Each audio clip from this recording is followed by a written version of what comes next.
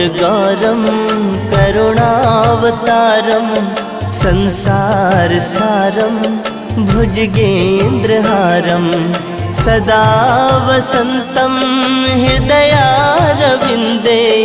भवं भवानी सहितं नमामि भवं भवानी सहितं नमामि।